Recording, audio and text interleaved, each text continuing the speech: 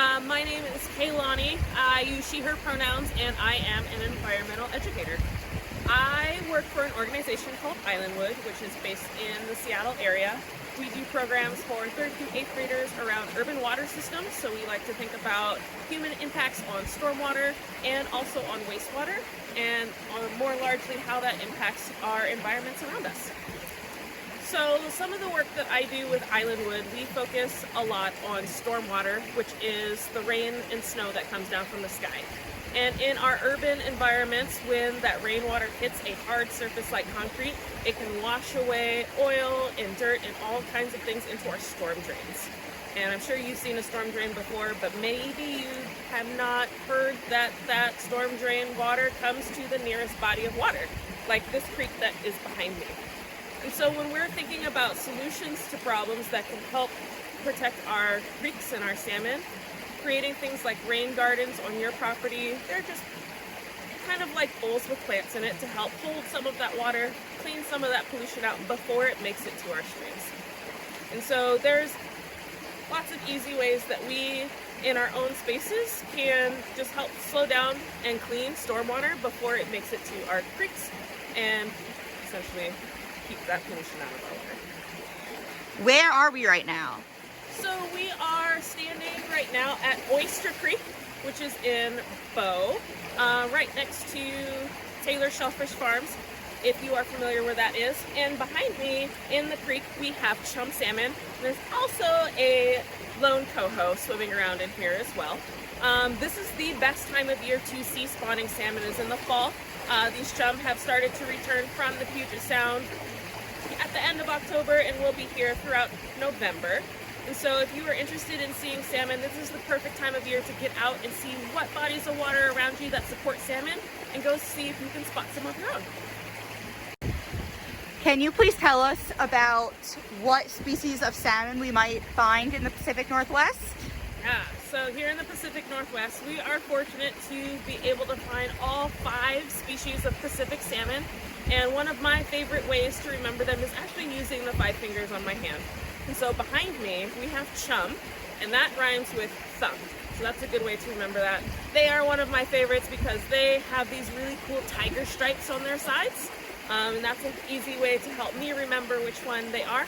My pointer finger represents sockeye, or red salmon. They're my second favorite because, like the name suggests, they are bright red.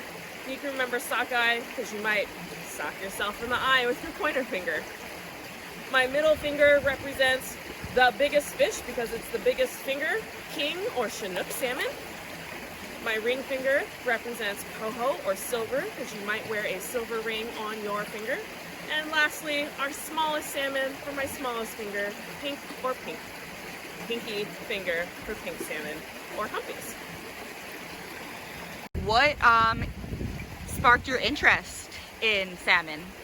Yeah, so a couple years ago, I actually did an AmeriCorps term with Skagit Fisheries, and that's really what started my interest in salmon. That was my first time seeing salmon, which was really life-changing for me.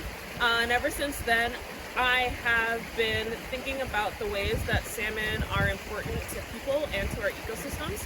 And we, within Islandwood and my team, we do have conversations around how salmon overlap with those water system topics that we teach to our youth, and how those youth are connected to salmon in streams that we may not even see. Why do you care about salmon?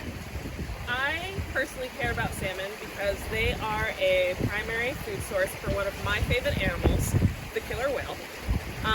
But beyond that, salmon are really important to our ecosystems as a whole because they are intertwined with so many different pieces, whether it be our plant life in our forests by providing nutrients upstream of the Puget Sound, even within the marine environment themselves, so many different organisms eat salmon.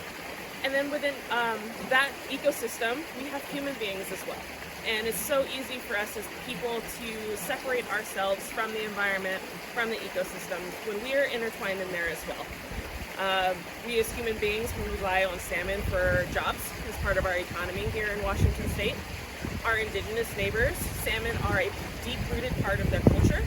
And if salmon disappeared, that is a loss of that culture for that community. And then for our state as a whole, we would lose jobs.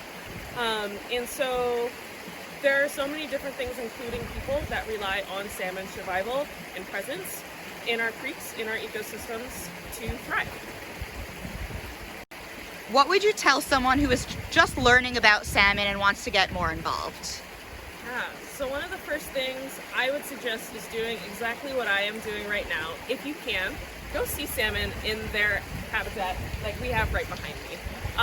We in Washington are very fortunate to have salmon runs in many of our creeks throughout the state, and being able to just be near and see these animals in their homes doing their thing right next to you is a really powerful experience. At least I have felt so.